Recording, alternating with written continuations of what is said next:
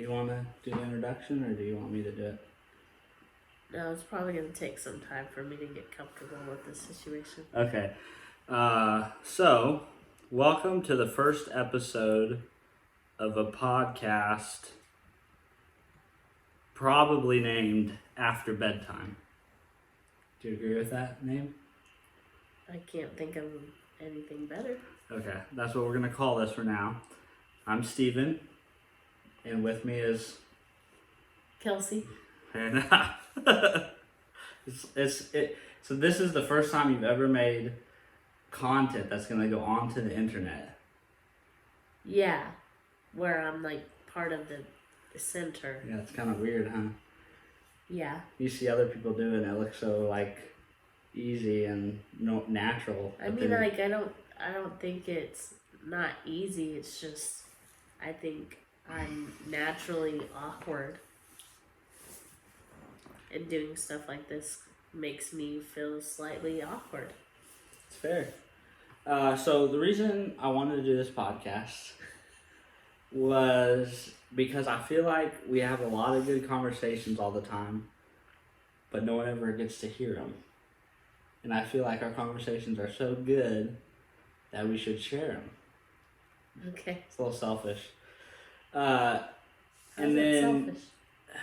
Or a little self-absorbed, maybe. And then the second reason I wanted to do the podcast was because I feel like you have so much like intelligence and humor to offer to people, but like you hide it all. So this is a way to like expose it to everyone. So I'm being selfish. Yeah, or self-conscious. And then third, I wanted to document it just for like posterity's sake, because I think it'd be kind of cool to have recorded conversations for the boys and for other people, maybe even when we're gone. Okay. Kind of cool, right? Okay, so my idea for our podcast is for it to be mainly about like me and you, okay, being parents, being husband, wife, and just like the day-to-day struggle of that, and the day-to-day like wins of those things. Okay. So we'll just kind of see where it goes. So did you have a good New Year's Eve? Yeah. I think because we should give context. We're recording this on January 1st, 2020. That's so weird. I know, so weird. The reason why I wanted to do it today was I felt like this is something we have talked about for like a long time, and we've just never done it. So I felt like we need to do this. We just need to record the first episode. Just start off the year. Just start it. Just accomplish something. So like it's gonna be rocky and like awkward at first, but then hopefully we'll like find our stride, and each episode will get better and better. Yeah. So that's why it's today. It's January 1st. That's why we're doing it today. Okay. But because it's January 1st, I thought it would be appropriate for us to talk about things that went well in 2019 and things that didn't go well in 2019. And then we can switch and talk about things we're excited about for 2020 and things that we're not looking forward to, or things that maybe we identify as potential struggles. So you start. What's one thing that went really well in 2019? Or what's one thing that you really enjoyed about the year 2019?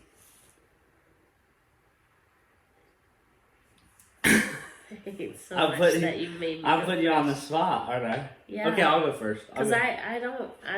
Okay, I'll go first. I feel like I have a very good memory. Okay, I'll go first. On the spot. I'll go first, and you can kind of Well, really, it's the biggest thing is that like, just naturally, in my family, when we're put on the spot, we kind of like freeze. That's fair. So I'll start.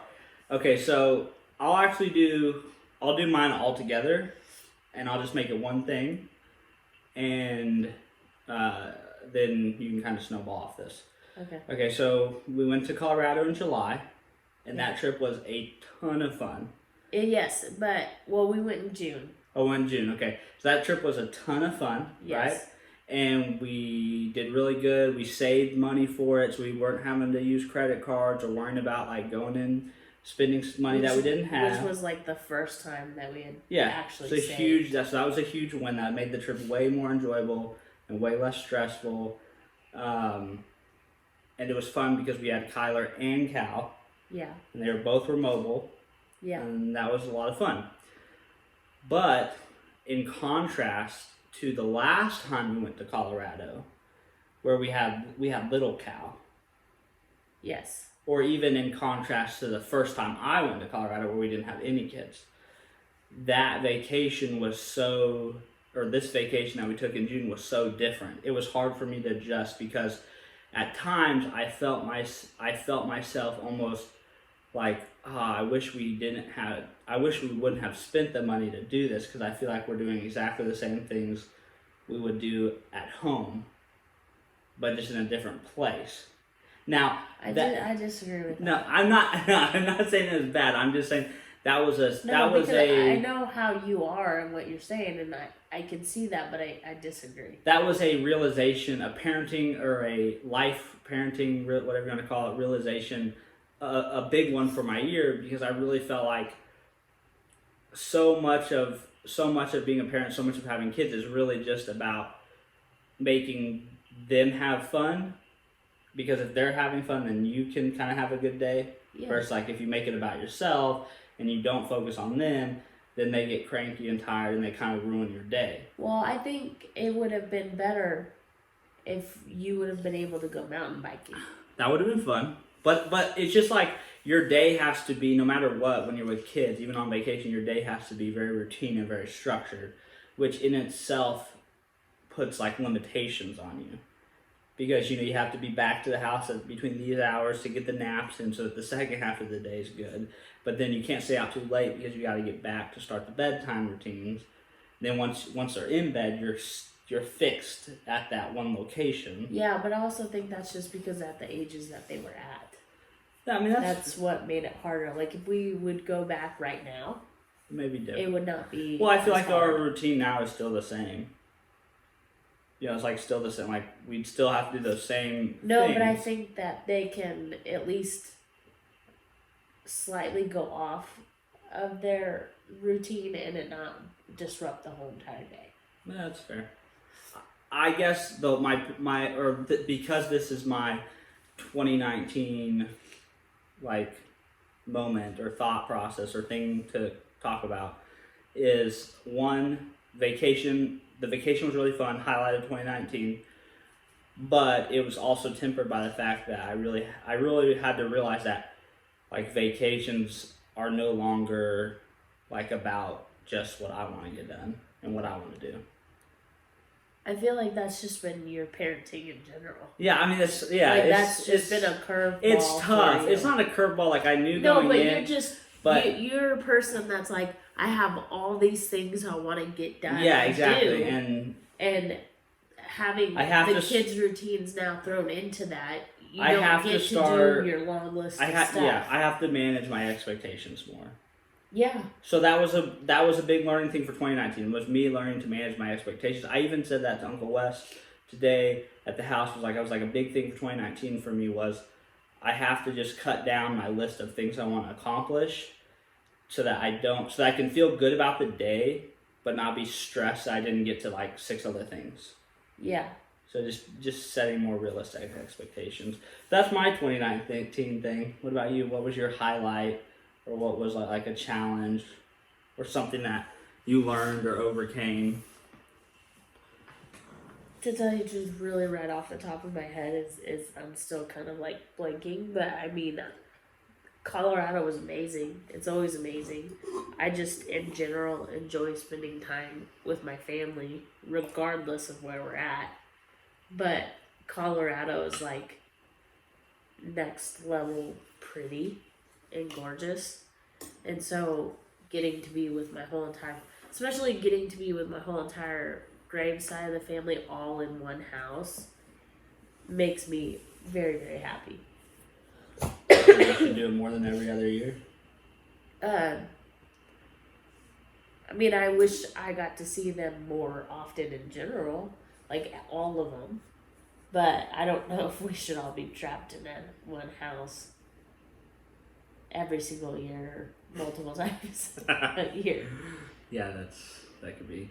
I mean, there's just too many of us. There's so many, like, not necessarily different personalities. I think our personalities match pretty well together, but I mean, it's just like anything. If you're in a house way too long with your siblings, you start going insane, you know? Okay, well, so you're gonna skate by on this 2019 question. What? So since you're blanking on the 2019 thing, let's talk about 2020. I'm not blanking on it. I enjoyed the trip. The trip was well. the highlight. I would say yeah. And what would be? Was there something in 2019 that was a difficulty or a struggle? Really, I would say a struggle just has been as the age that Cal is at right now, or at least the stage that he's at. The toddler kicking your ass? No, it's not the toddler. I hate that you say that. It bothers me. 'Cause I can handle it. It's just, I think what I have struggled with is he was not saying that he's mean now. It's just he went from like this mega sweet, mega outgoing personality, and I think we clicked very, very well together, and now he's kind of like, he's a little bit more stubborn, and he kind of digs his heels in a lot more, and I'm just not, it's just new. I think he has like a lot more, like, I think his emotions are becoming more. I think he's just really smart. I think they're more Like, he complex. Like, understands. for so long it was like happy cow, sad cow, angry cow. And now, like, there's all these like variations of those. There's like anticipating, there's excited, there's angry, there's frustrated, there's just all like there's so much more complexity. And I also think that we haven't done a very good job of like helping him with all of those emotions still, because like literally in a split second you see every single one of those emotions, and he just doesn't, like, I think almost that sometimes it's like overwhelming for him. Mm-hmm. And that's why he kind of gets, really what's funny is that he kind of acts very similar to me sometimes. He just like shuts down. He kind of gets very overwhelmed with what he's feeling, and he's kind of like, he doesn't know where to put it type thing. Yeah. And then he kind of shuts down, which me at 28, I still haven't learned very properly of all my emotions when they hit me. Who though can say they have great control over their emotions? That's no, a work I know. in progress. It's just that's the biggest thing. It's not necessarily that it was like bad part of my 2019. It was just a curveball that I was not prepared for. So overall, 2019 on a scale of 1 to 10, but you can't pick a 7. How would you rank it? That's so random. Well, I heard that somewhere. I think I heard that in I heard that in a book called Principles by Ray Dalio. But it basically got, or maybe somewhere else I can't remember where I heard that. But basically the idea is this 7 is like the safe.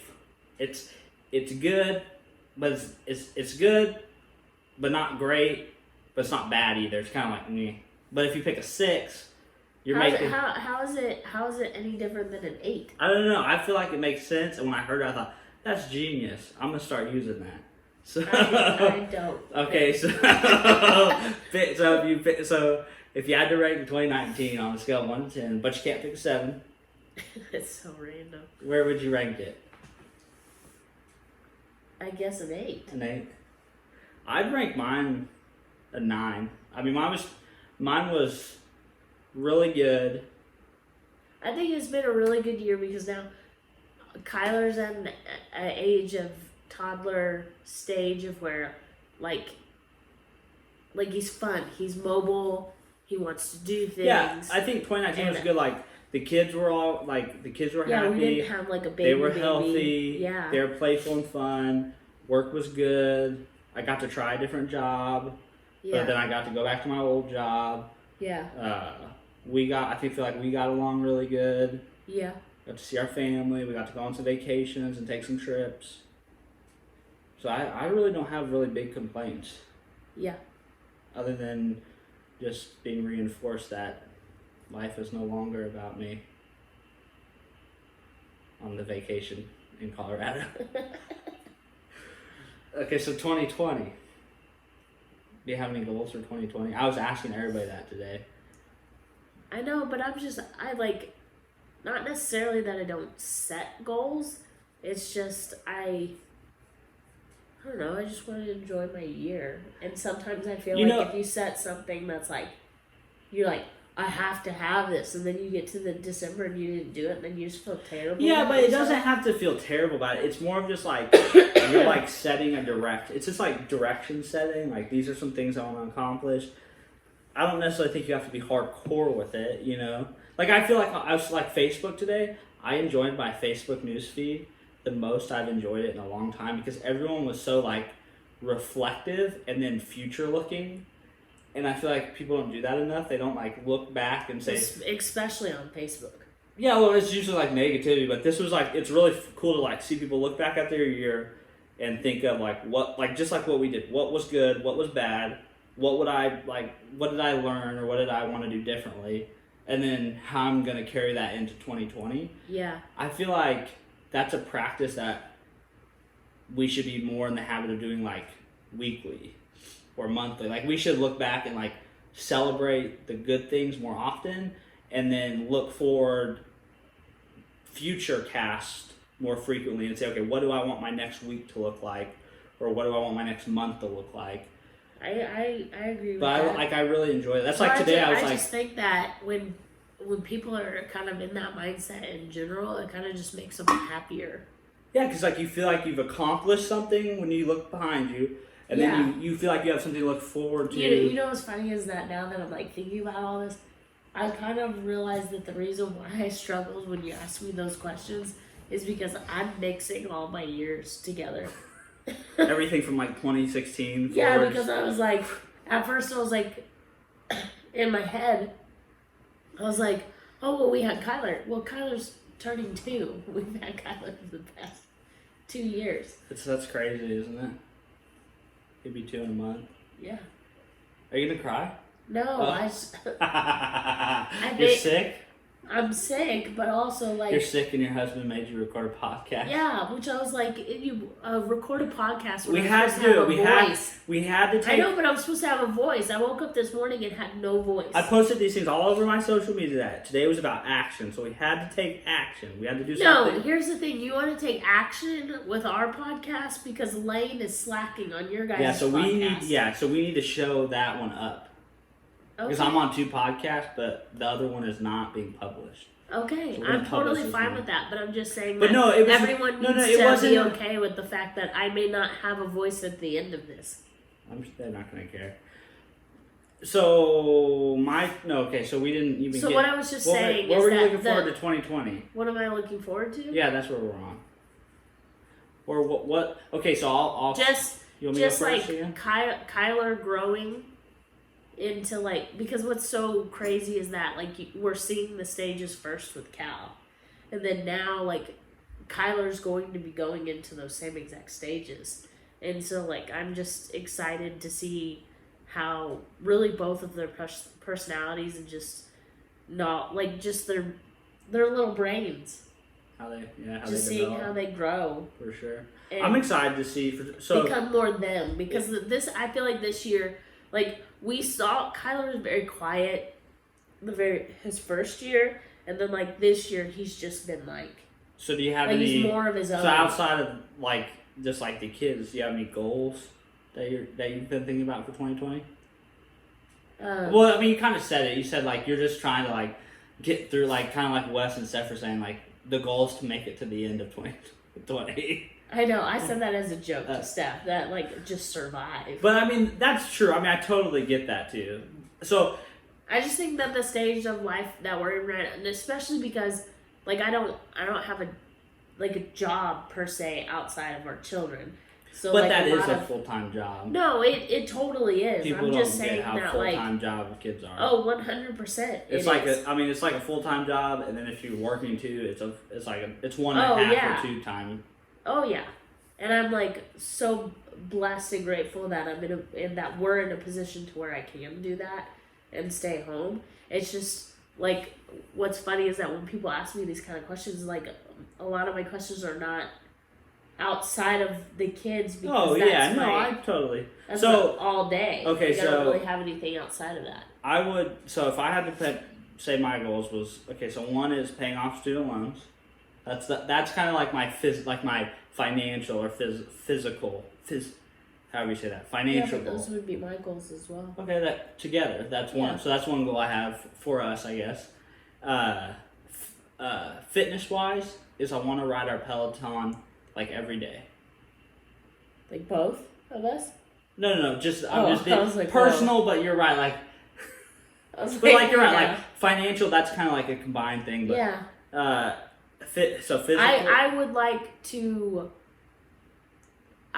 to ride it more than 3-4 times a week. Yeah, but like, I don't think I don't want to pressure you into having. No. Like I want to do that anyway. Like I feel because that I have when I was riding it regularly, I felt awesome because it also made me feel like I can work out every single day. I'm kind of shaming myself into doing it because we're spending money on it. So like I feel like I have to get my dollars out of it. I know, but we're both using it. No, I get that, but that's like that's getting our money. Part of my motivation for using it is that like I kind of feel like I need to get my $40 with into it. Well, not shame. I guess that's the wrong emotion or wrong word, but like that's that part of my. Like the whole car that's part of like what's City motivating is like I gotta get my money's worth. It's like having a gym membership. It's like you want to go use your gym membership. So that's so financial, physical, parenting wise. There's 2 things parenting wise. One is I want to get Kyler potty trained. Yeah, I know. And I know that's like I can't really take the lead on that. Like that has to be like you're with him the most. But if I had to put a big parenting one on there, I just think that.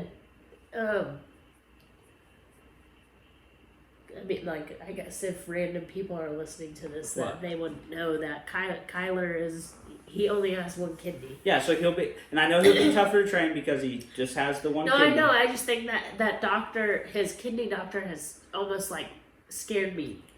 Because she said it's going to be more difficult. Well, she just keeps repeating that we're going to need to be very patient with him. Which it may take longer, but I think just setting the goal like by the end of 2020, if we I totally think he's ready, and I totally think that he can do it. Like on December 31st of 2020, if he is only using diapers at night, that's a win.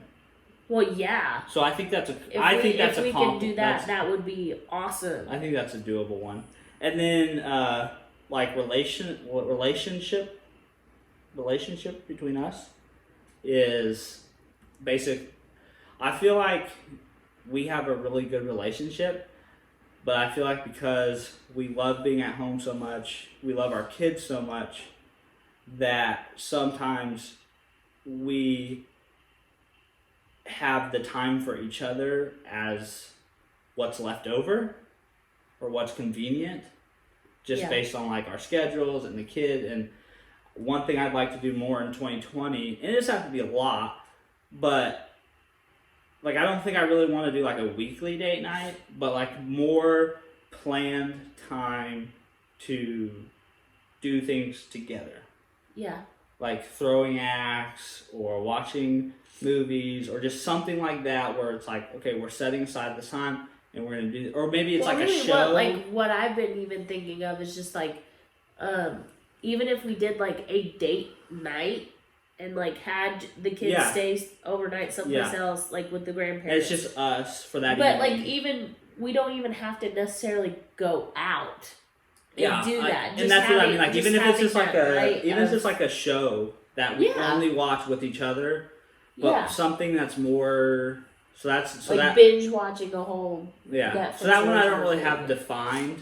I don't really have that goal defined, but I know that that's something I want to invest more effort into. Yeah, but I also think that we're kind of at a stage to where that's like at least on my front, I feel more comfortable doing, like letting them go and stay the night over places more, just because I'm not because I'm not breastfeeding anymore and stuff like that. I'm not needed so much as I was before. Like just pumping in general is like the worst thing in the world. It's just a struggle, and having to do that ahead of time. Well, yeah, we were in the thick of it. Like you said that on New Year's Eve, like that was the first time in 4 years where you hadn't been either pregnant or breastfeeding. Yeah, like, or having to like go and put a baby when you to bed. When you have kids that are under the age of 2, it's just so intense, and it's all on all the time, and because you don't really know if your kids are, like, you do your best with your kid to parent them and stuff, but you still have concerns. Opie, stop interrupting. He's wanting to get out. You still have concerns about, like, oh, if I send them overnight someplace, are they going to be okay? Are they going to be a handful? Are they going to sleep through the night all right? And then you don't know if, like, all the little like details of your kids that no one else knows but you, because you're with them and you're dealing with them all the time. But I just think that when the older they get, it's kind of just easier. Yeah. Because when they're like, because now they're getting to the point to where they can at least communicate. Yeah, they're more what is the word? They're more like, they're sturdier. Yeah, they're more resilient. They're more adaptable and 100%. And I think that's just easier to where I feel more comfortable kind of relinquishing that control all the time, because like when they're babies, it's like, well, do they know that they're gonna get up 2 times a night, like stuff like that? Yeah. It's just like, have we really communicated what they're getting themselves into? Yeah, and then I also don't want them to be like little terrors staying at their grandparents' houses, and so I feel much more comfortable going out and doing those things. And I also want to make an effort of like doing those date nights with friends. Yeah, I think that would be good too. I think that would be good. I think that'd be a really good goal for you. It's more extroversion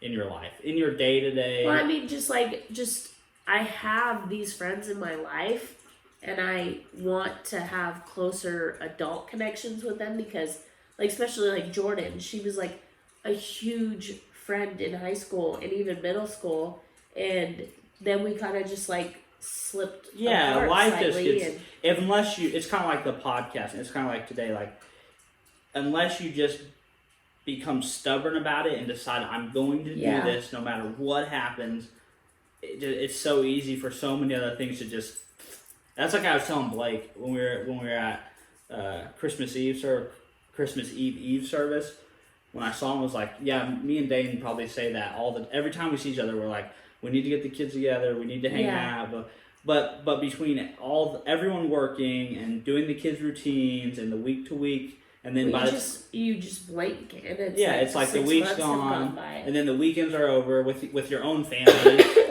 And I just also think that we need to make a bigger effort of like not just going to families' houses on the weekends. Yeah. We need to make an effort to. And I think it's realistic to do something one night a week or something with the kids, or every other week or once a month or something where it's just us and the kids. No, with friends or something, like other friends that have kids. More friends and kids together. Yeah. Like Nathan Leslie, like I would like to hang out with him. Yeah. Like we haven't hung out with them in forever. But like, it's just, so I don't really know. Mary and so maybe that's Mary and Brian. I'd really like to see that again. So maybe that's a way that we can put our goals together. We can optimize. Yeah. And we can accomplish my goal of having more dedicated Stevan Kelsey time, but then we can also accomplish the goal of putting effort into those adult relationships. Yeah. And I think that's worthwhile. Because I know that these friends will have forever regardless, just because we've got lucky in the situation of finding these people that are just so amazing, and that it doesn't matter how much we communicate, they're always there. And you always have those friends that, it's the type of friends that no matter how much time goes by between seeing them, always there. It's always the same when you get together. it's always comfortable and easy and fun and like. Yeah. And I think it helps when you have social media because it's almost like even though you're not, it's not like your day to day, but you still have some like, you have relevance of what's going on in their lives, at least on a superficial level. Yeah. That it doesn't, when you haven't seen each other in 6 months, it may not necessarily feel like that. But I think the goal, our goal being, don't let it go 6 months without seeing your friends. Yeah. All right, so I have one more goal. No, go ahead. You talk so much. I just have one more goal to get to. One of my, really this is truthfully a goal of mine. See, my talking is sparking you. Yes, but that's what I was meaning, is that I'm awkward. Just first and foremost, I'm awkward, and then, you're gonna lose your goal. Yeah, I know. I'm gonna lose my train of thought. So I'll just go ahead and say the goal. My goal is to properly kennel train Opie. Oh, the separation anxiety thing? Like helping him with his separation anxiety and Babe, then retraining him in the kennel. You just give the Benadryl. No. You just drag them up. No. They can live their whole lives just... I've watched a ton of YouTube videos. A ton. And then Steph also told me this weekend that on Disney Plus, they have National Geographic on there and has all of Caesar Milan's You gonna videos. become the dog whisperer? No, I'm gonna No, watch I think the videos. I think this is a really good goal for you personally because I think that you will actually enjoy that. Like, I think you'll enjoy working with the dog, working with Opie like that, like on a training level. But what I'm telling you is that we're gonna need to get some like treats. We don't normally have treats. No, but that's fine. We can do that. And we had treats for him for a little while. We had those those little tiny like. Like even that, but like because he's training because he's overweight. You might need to do like carrots or something like that. I don't think that's gonna work. It's got to be reinforcing. Like he loves carrots. What are you talking about? I don't think, does he like carrots? Yes. That's new to me. Literally every vet I've ever spoken to, they're like, carrots is like the dog treat you give for the overweight dogs, for the fatties. I think that's like, I think you'll immensely enjoy that, and I will very much enjoy not having to worry about him in the crate fucking things up. Really, I'm not so much. See, that's where we differ, because I'm not so much like it does irritate me when he messes up things and we have to pay for things. Obviously, that makes me angry. But I'm. You're more concerned with his emotion, his inner well-being. No, I'm tired of spending money for all those back medicines for him destroying his back. I don't think he destroys his back in there. He does. I think he destroys his back jumping.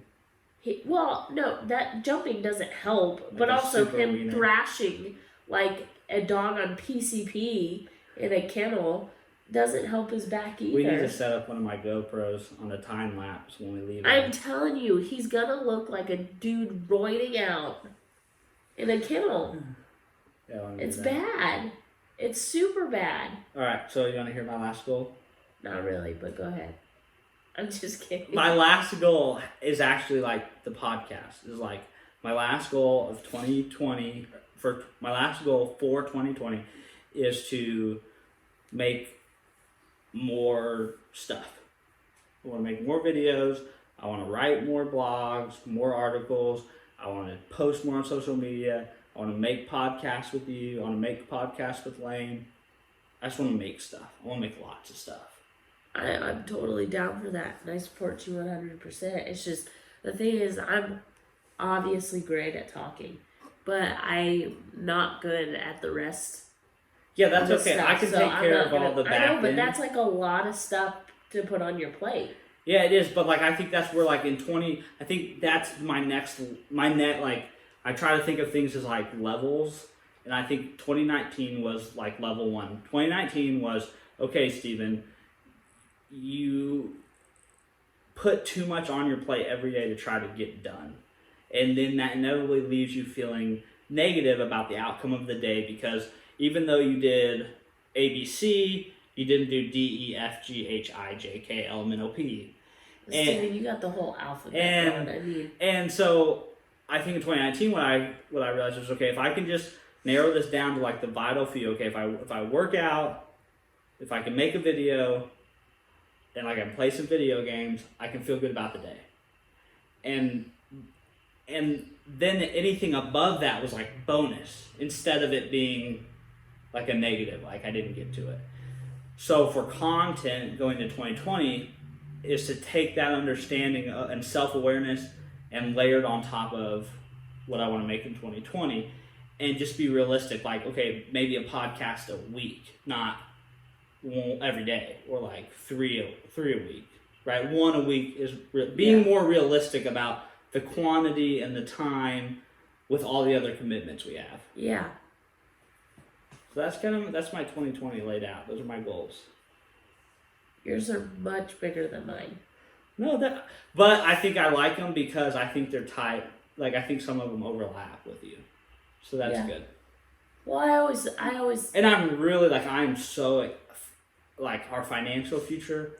And really, like, I was talking to Lane about this a day ago when he called, and you were like, "What did he call you about?" That was like one thing we talked about, like vision casting, like our financial future, and like having a vision that you're really excited about, you can really look forward to. Yeah. I'm really excited about that. Even though I know that's not just 2020, that's like 5 years, 10 years. No, I know that, but I mean, really, we're in a really good position now. I think so. I think we're in the we're like in rounded the gray first area base, that's and like right. It's like right there. We could touch it. But I'm saying, I think we are going the right way. I think we're in the appropriate place for where we are in our age. Bro, I think kids. in our age and how old our kids are, how many we have. I think we are in a better situation than most people our age. Yeah, like the average American doesn't save any money, right? Or like on that podcast they said something like, some kind of crazy percentage of people can't come up with $400 or $500 for an emergency. So like, I feel like just having like that peace of mind to say, okay, we have enough money to cover like a basic like car repair, or a kid's medical issue, a minor, obviously nothing like extreme, but we have like that basic level of comfort, and I think that's going to put us on a position to start hammering away on some of those more of those long-term goals. Now that we kind of feel more stable in the short term, that's to say, you never know what's going to happen, but that's one thing I'm also very excited about going 2020.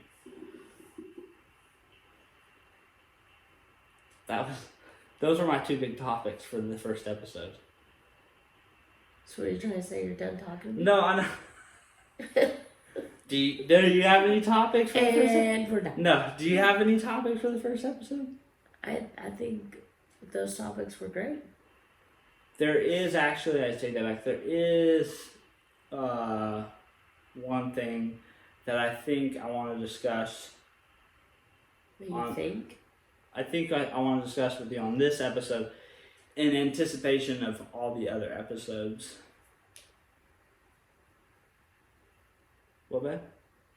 I have to pee. You have to pee? Okay. So this makes for a natural stopping point. Okay. Okay, so what I want to discuss with you is if you understand why I came up with the name After Bedtime.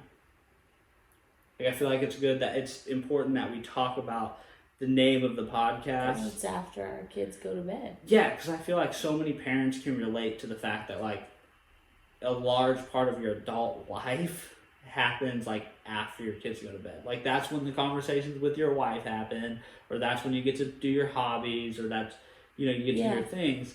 So I feel like if we're doing a podcast that's very parenting, husband-wife, relationship centric, something that's kind of family centric, that's why I think it makes a good name. I think it's a good name because then it also, like, we didn't like lock ourselves into just parenting. Yeah, like we didn't lock ourselves into just being a couple. Yeah, like I think our conversations can be much larger. They can be wider or narrower. Anywhere from parent, toddler, yes, to couple. But it always everything. brings the theme back to, hey, this is like two parents like after the kids go to bed. Yeah. And I think a lot of people will and can relate to that. Probably. We don't even know if anybody's going to be listening to any of that. It doesn't matter if they're going to listen to it because, like Gary Vaynerchuk said, it's about documenting. It's not about creating. It's just about documenting the journey. So how cool will it be in like 20 years we can look back on all these conversations and be like, oh, that was such a big. How cool will it be if Chick-fil-A will sponsor our family? Awesome. You know how much money we would save? That would be so awesome. We'd save a fuck ton of money. So you probably have to go pee now, right? I mean, I've had to go pee. All right, so let's. Do you want to do the extra?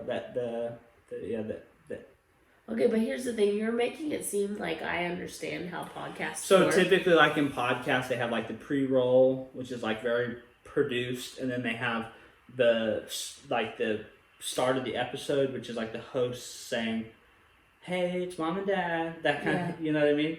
And and then at the end, they'll do like a wrap up, like, "We hope you enjoyed this." But we can't ever do mom and dad because that's it's already taken. But I'm saying that. But that was my point. Was there's usually a very produced intro with like music and like all that stuff. Which I'm not saying that we'll necessarily do that on the first episode, but there's like that produced intro that is ahead of each episode, and then there's the brief like, "Welcome to the 10th episode of where we're going to talk about blah blah blah blah blah," and at the end they say, "We hope you enjoyed the episode, blah, blah, blah," and then you stop, and then you put a very produced after that's like, "Hey, we hope you enjoyed this episode of," and that's like a very repeatable one at the end of multiple episodes as well. Okay. So you want me to do the extra for this one? Well, I don't know what you want me to say. No, it's good. I'll take the lead. Okay. So like, I don't know. I've not done very many of these. We hope you guys enjoyed the first episode of After Bedtime. It was a little chaotic, a little messy, a little awkward, which all of them will most likely be. Like life is, like parenting is, like real life is. But we promise we'll get better. And we'll have a lot of fun, and we're going to keep doing this regardless. I mean, we'll try. So we have no other option, and we'll see you in the next episode. Or you'll hear us. You'll hear us in the next episode. Either one. That's a wrap.